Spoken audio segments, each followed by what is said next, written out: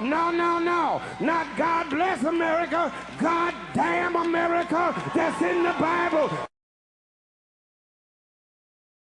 Prior to Abraham Lincoln, the government in this country said it was legal to hold Africans in slavery in perpetuity. Perpetuity is one of them University of Chicago words. That means forever.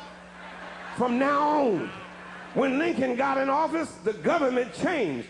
Prior to the passing of the 13th, 14th, and 15th Amendments to the Constitution, the government defined Africans as slaves, as property, people with no rights to be respected by any whites anywhere. The Supreme Court of the government, same court, granddaddy court of the one that stole the 2000 election, Supreme Court said in its Dred Scott decision in the 1850s, no African anywhere in this country has any rights that any white person has to respect at any place, anytime. That was the government's official position, backed up by the Supreme Court, that's the judiciary, backed up by the executive branch, that's the president, backed up by the legislative branch, and enforced by the military of the government. But I stopped by to tell you tonight that governments changed.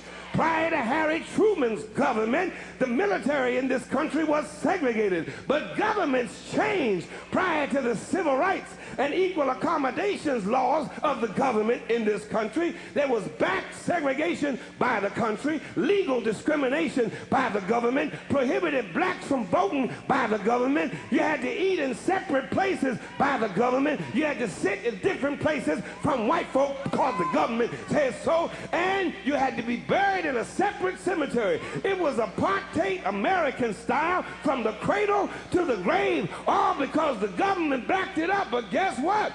Governments changed. Under Bill Clinton, we got a messed up welfare to work bill, but under Clinton, blacks had an intelligent friend in the Oval Office. Oh, but governments changed.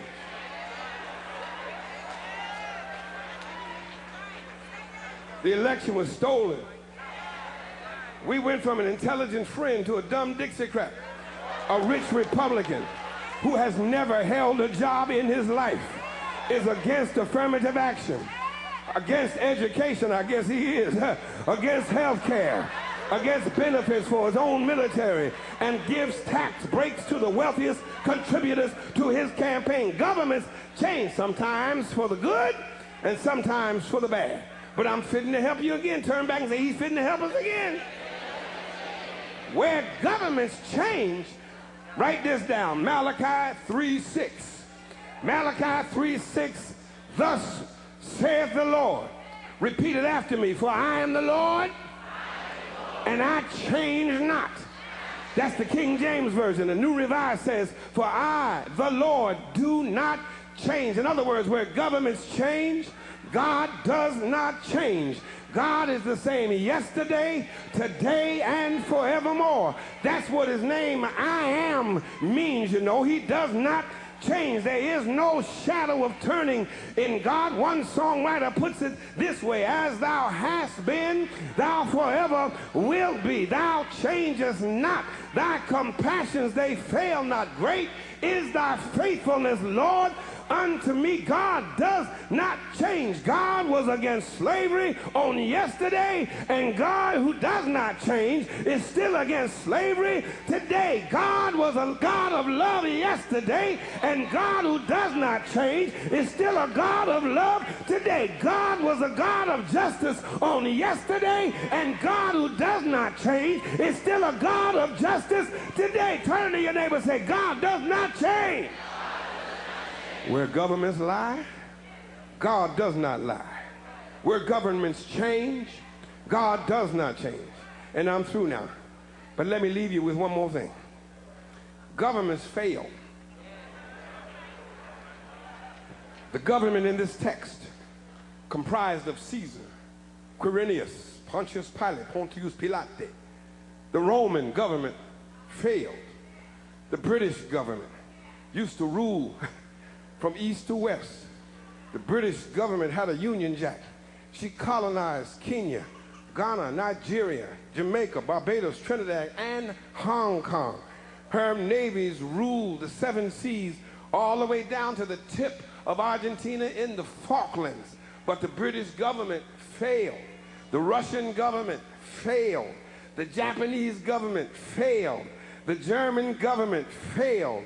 And the United States of America government, when it came to treating her citizens of Indian descent fairly, she failed.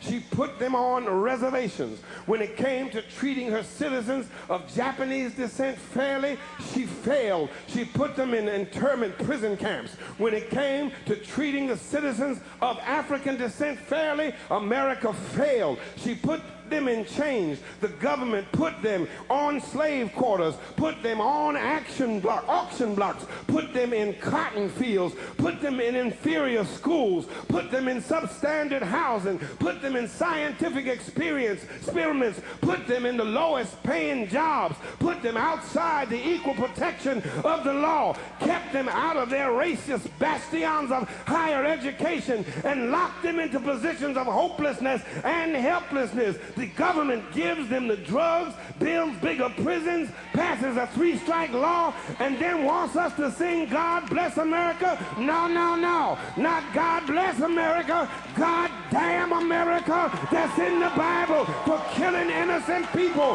God damn America for treating her citizens as less than human. God damn America, as long as she tries to act like she is God and she is supreme. The United States government has failed the vast majority of her citizens of African descent.